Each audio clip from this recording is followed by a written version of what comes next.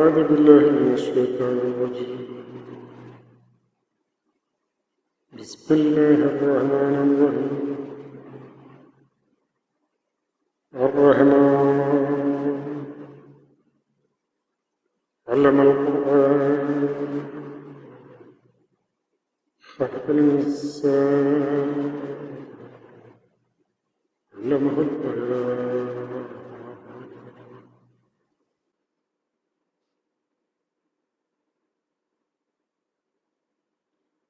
Ayaatu Muhukkumah and Mutashabiha. We are dealing with the fruits mentioned in Surah Ar-Rahman. About the creation of the fruits, Allah subhanahu wa ta'ala has said that He created from all fruits pairs of two. It is in Surah Ar-Ra'd, the thunder, 13th Surah, 3rd verse. وَمِنْ كُلِّ الزَّمَرَاتِ جَعَلَ فِيهَا زَوْجَيْنِ اثْنَيْنِ, and created in it pairs of two from all fruits. Fruits represent qalb, or knowledge consumed by man's faculties. The ayat indicates that there are two pairs among fruits of knowledge. We find that, like the grapes and the dates, every physical fruit has its spiritual pair. Thus, we have worldly fruits and spiritual fruits. Also, every fruit pairs with its seed. The seed is provided for the sustenance of knowledge. The worldly fruits constitute relative material knowledge required for this transitory world.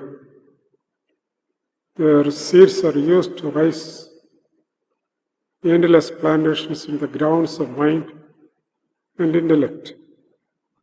These internal plantations yield fruits for the furtherance of the material knowledge.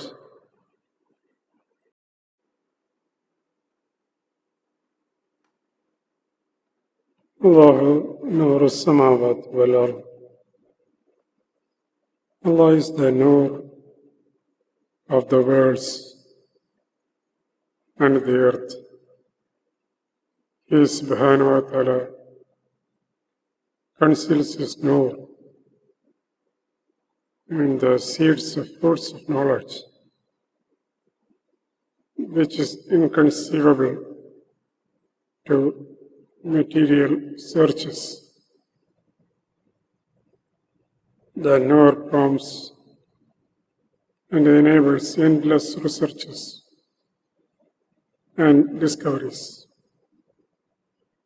They entail rivalries in the race for material amenities and relations that temporarily please the mind, and for status, position, and power that tend to appease the intellectual starvation. The spiritual fruit is the fruit of Akhira, the other world, that is made available to believers herein. We have seen that the vine berries exemplified by grapes represent the risk of the mind, and the palm fruits exemplified by the dates represent the risk of the intellect. The grapes are easy to pluck and sweet to consume. while the dates on the palm tops require collection technique. The seeds of wine berries are grown in the emotional field of mind. They produce plantations of fiction or myth, creating the world of art and literature.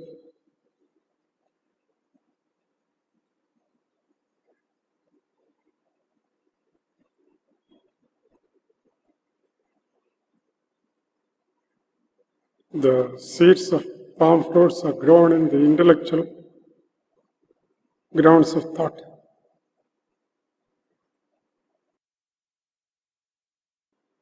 They produce plantations of philosophy, the fruits of which include the world of science and mathematics, and their application in technology. The spiritual fruits are the rizq from the ayaat of the physical Quran, which Allah subhanahu wa ta'ala sent down to humanity from time to time through His messengers, culminating in the eventual Quran sent for the end times through the Holy Prophet Muhammad sallallahu alayhi wa sallam. They are meant for consumption by the mind and intellect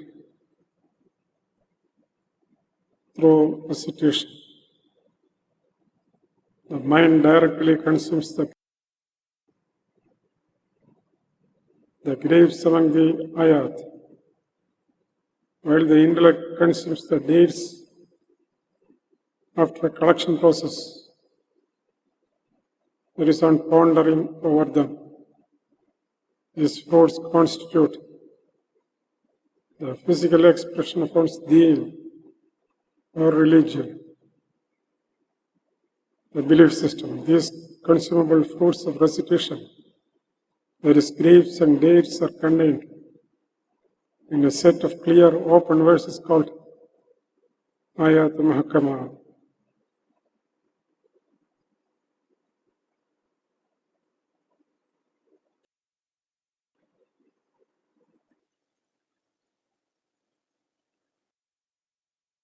Holy Quran calls them Kitab, or the heart of the Quran.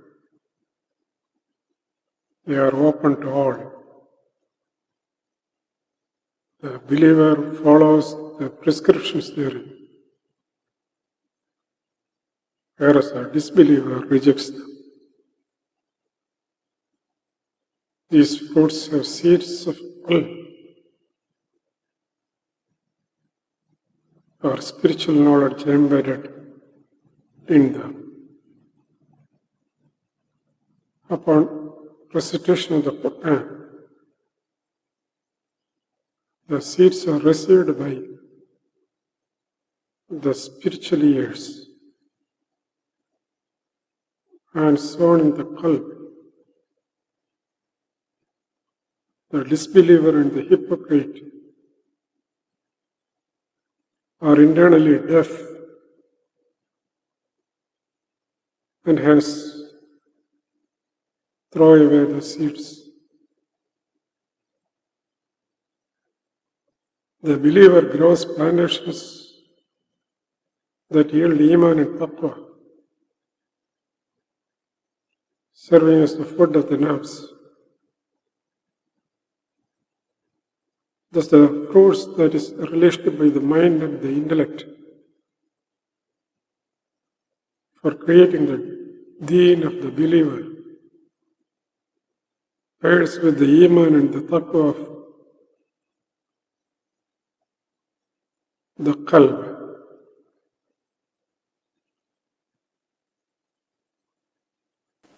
Both the fruit and its seed are merged in the grave. Allah subhanahu wa ta'ala is al-haq, the truth. He created the worlds and the earth with the truth. The creations which are His expressed will and their underlying truth are merged in a set of ayat that form the grains of Quran. They are called Ayaatu Mutashabiha, like the seed in the fruit of the grain. The qalb in them are indistinct and evasive. Allah subhanahu wa ta'ala reveals it only to His blessed servant who is led to transcend taqwa. His pure soul sees the truth that binds and integrates the surahs and the ayat in the order of their divine arrangement.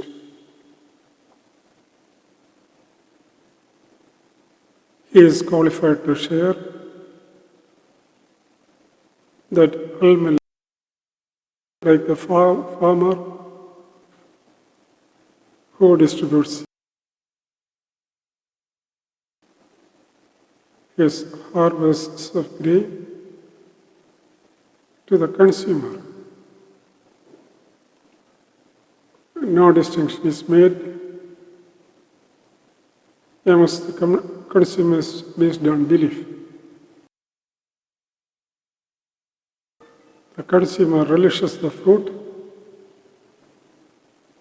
without himself knowing the seed. Allah subhanahu wa ta'ala says in Surah Al-Waqi'ah, فَلَا أُقْسِمُ بِمَوَاقِعِ النُّجُومِ وَإِنَّهُ لَقَسْمٌ لَوْ تَعْلَمُونَ عَظِيمٌ إِنَّهُ لَقُرْآنٌ كَرِيمٌ في كتاب مكنون لا يمسه إلا المطهرون تنزيل من رب العالمين. Then I swear by the setting of the stars, and indeed it is an oath, if you could know, most great.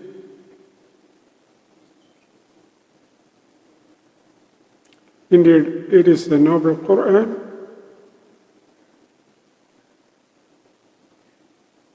in a register well protected.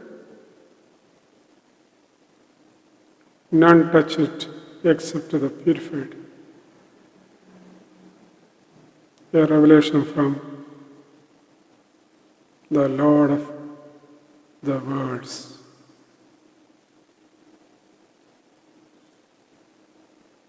The ilm of the Quran is untouched by the impure mind devoid of belief. To him,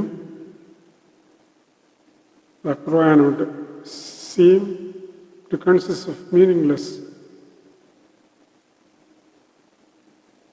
jumbled verses, rendering reading toilsome. Believers are prohibited to follow such minds' conjectures on Quranic ayaat. It is grave shirk.